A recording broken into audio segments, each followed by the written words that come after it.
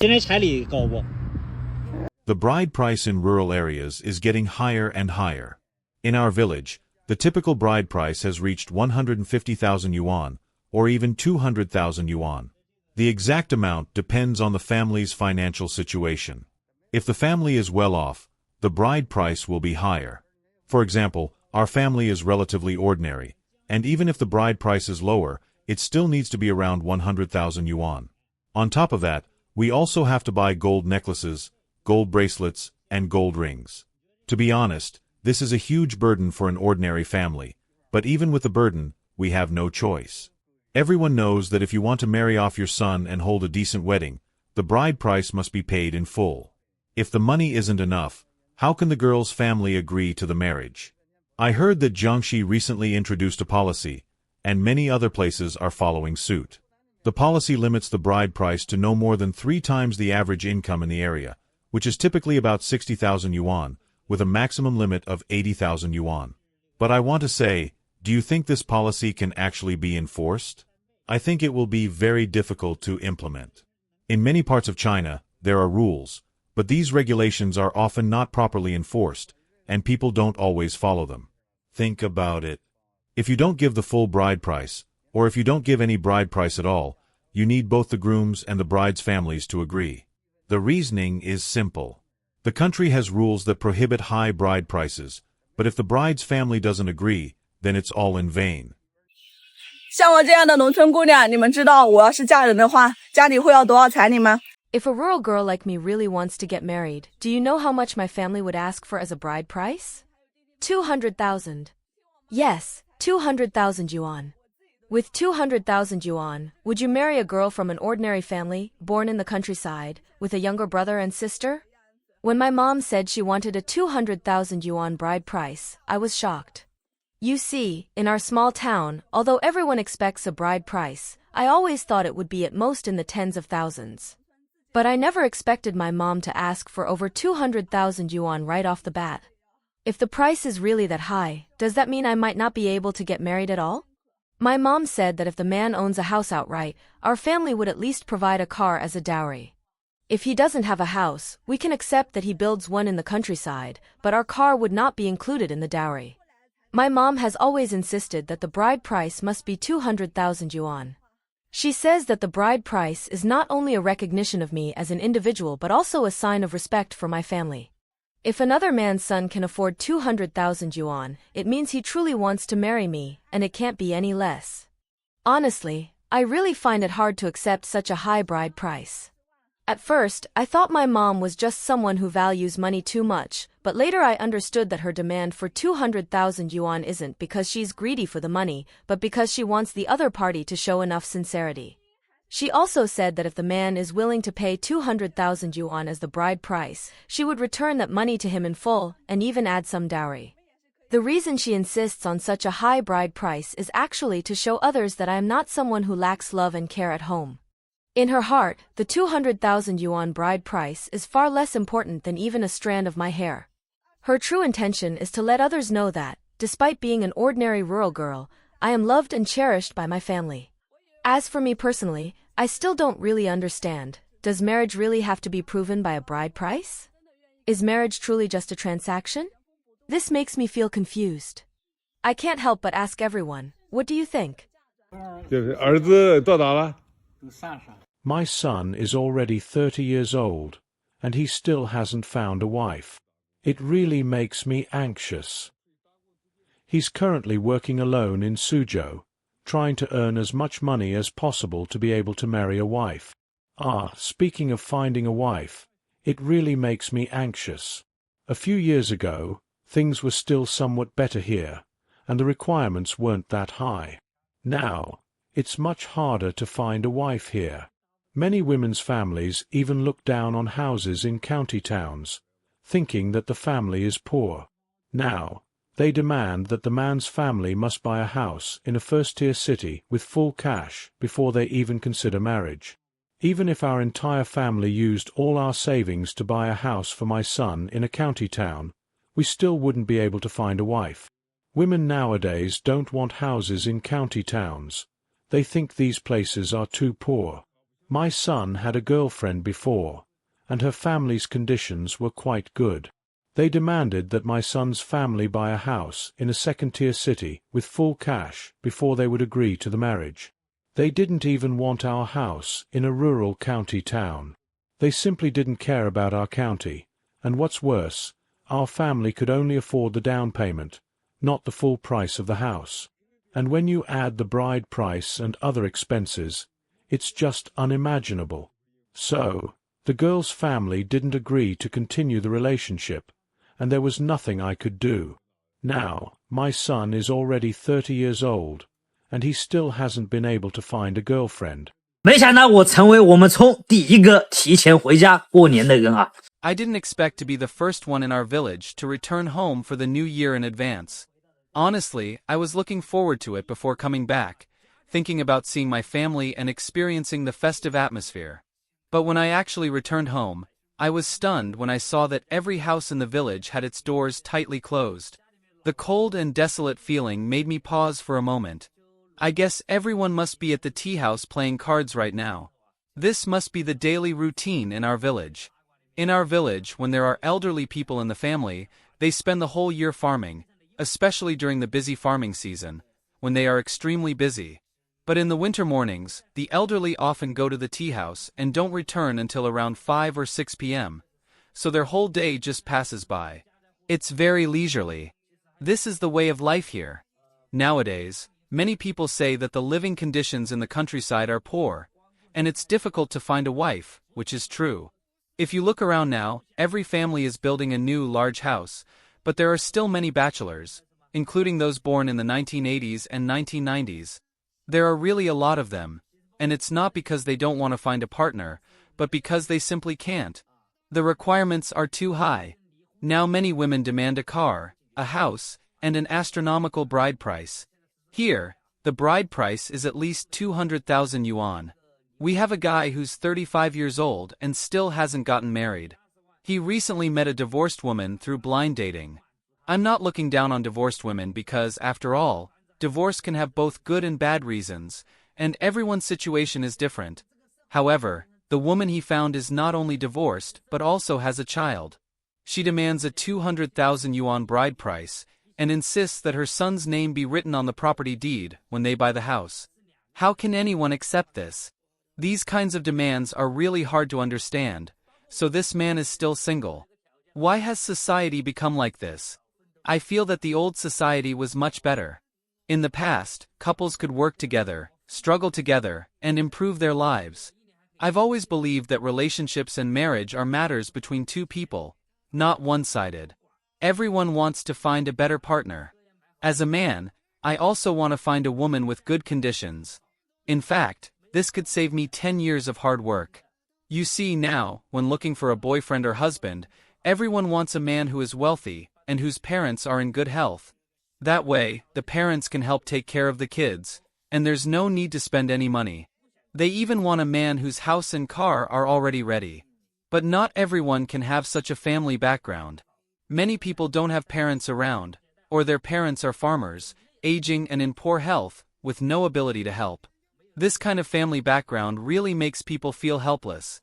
That's why the situation of bachelors in our village is becoming more and more serious. People are starting to lose hope in marriage. What's the point of getting married anyway? If the family conditions aren't good after marriage, in addition to the car and house loans, there's also the pressure of continuing the family line. It's really exhausting. If there were no such burdens, I think everyone would live more freely. So, I think when it comes to relationships, just go with the flow. If it comes, strive for it. If not, just accept it. Slowly, more and more bachelors are appearing in our village, and everyone is starting to look at it in a more open-minded way. People are no longer in a hurry to find a partner. I've also come to terms with it. If I can't find a wife, then so be it. To be honest, I think rural life is quite good. Although we are a bit poor, there's peace and tranquility here. The only problem is that without money, no matter where you are, you won't feel comfortable. Life outside doesn't feel right, and coming home still carries a sense of oppression. What do you think? In our rural area, It's really helpless to see so many men in their 30s and 40s who can't find a wife. They can't find a wife, so what can we do? Everyone's powerless. Look at the bachelors here, they are really increasing. Not only in our village, but also in the nearby villages I'm pointing to. Oh, there are so many bachelors. At least dozens of them. Why is this happening? In our village, there are no girls left. The girls have all gone to other places. Now there are too many men and too few women. Who would have thought society would turn out like this? And these bachelors haven't had much education, they're relatively low in cultural level. Some of them go out to work, while others who've studied can't find a wife, turning into bookworms, staying at home reading all day. They're really introverted, and their parents can't do anything. There are also some bachelors who don't want to work, they just stay idle at home all day. Look at that village over there, there are so many bachelors. Parents can't do anything, and the men themselves aren't in a hurry. If you manage to find a girlfriend in another place, they ask for a 250,000 yuan bride price, and want a house and a car. This puts enormous pressure on the parents. So now, many families just give up, saying they don't need a wife anymore. Plus, these bachelors, who are young, don't even want to work. Their parents are already old, can they still help you? So in our village, many young bachelors look at it like this. Since they know they'll never get married in this life, they've given up on life. They just stay at home, relying on their parents, eating a couple of meals and lying around for the rest of the day. There are also some men who manage to marry, but their wives don't want children. They think having children will increase their burden. I think young people who don't want children are really not doing well. Think about it, in the future, children will take care of you when you're old. If you don't have children, when you die at home, no one will even bring you a glass of water. You young people might feel that living in a two-person world is comfortable, but what if one of you dies first? Without children, what would you do? Even if life is hard, here in the countryside, you have land. As long as you farm, you'll have food and drink. Life might not be wealthy, but you can still manage. Do you think I'm right? The rich might eat better, but we don't have much money, so we eat a bit worse, but we can still manage, right? Are you really afraid of not being able to raise children? So I think young people should really have kids. You need to carry on the family line. If you don't have children, then when you and your spouse die, that's the end. Your family will have no descendants. I know young people are under a lot of pressure, but if you have a child, he or she will slowly grow up and help the family earn money. Kids won't always rely on their parents for support. What if your child goes to university and becomes successful? Who knows how much money they'll bring back to the family? Don't you think that's possible? Sigh, we really can't understand the way young people think these days. 我们村呢，像我这样的光棍有100多个。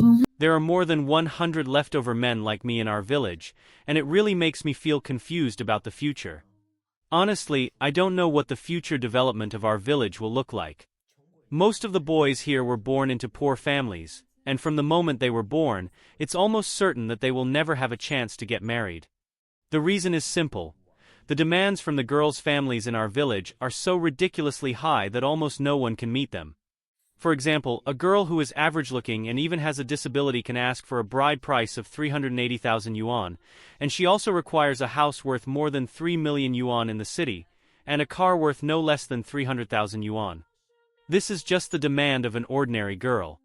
It's even worse for those who are good-looking, have better conditions, and are mentally healthy. Their requirements are simply unrealistic. In our village, many leftover men have never been married. Not looking for a partner is not considered shameful, because everyone understands that there are too many leftover men in the village. It's almost a common phenomenon. Sometimes I fantasize that if I were born into a wealthy family, maybe I could have had a chance at a better life, gotten married and found a partner. I wouldn't be a 34-year-old leftover man like I am now. Now I finally understand why some people say, poverty doesn't last 3 generations. It's because there's no chance for the 4th generation to even exist. I can't even dare to think about getting married now.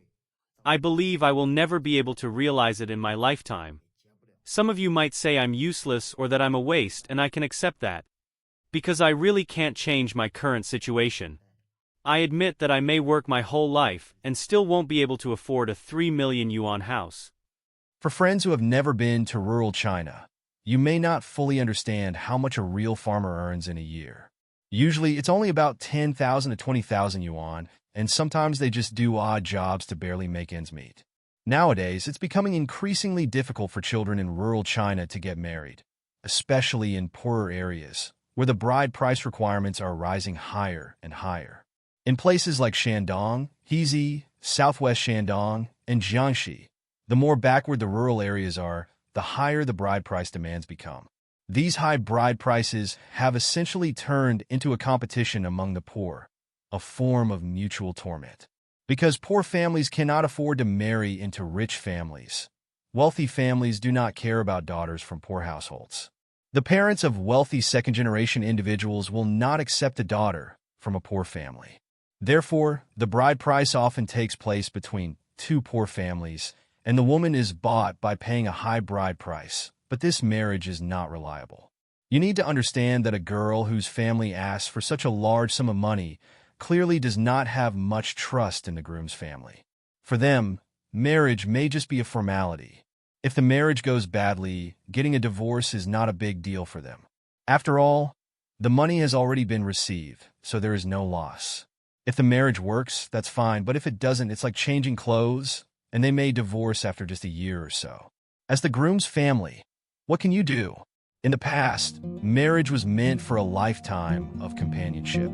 But now, marriage has become a much shorter experience. Nowadays, getting married might only last a month, 2 months, or even less than half a year.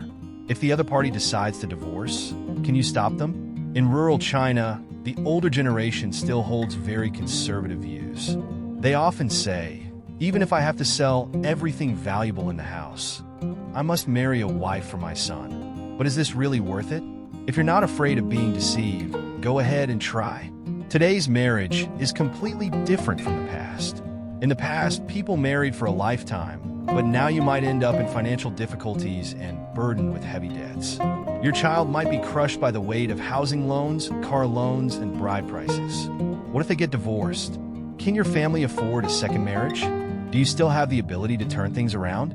Marriage now offers no real benefits for the poor.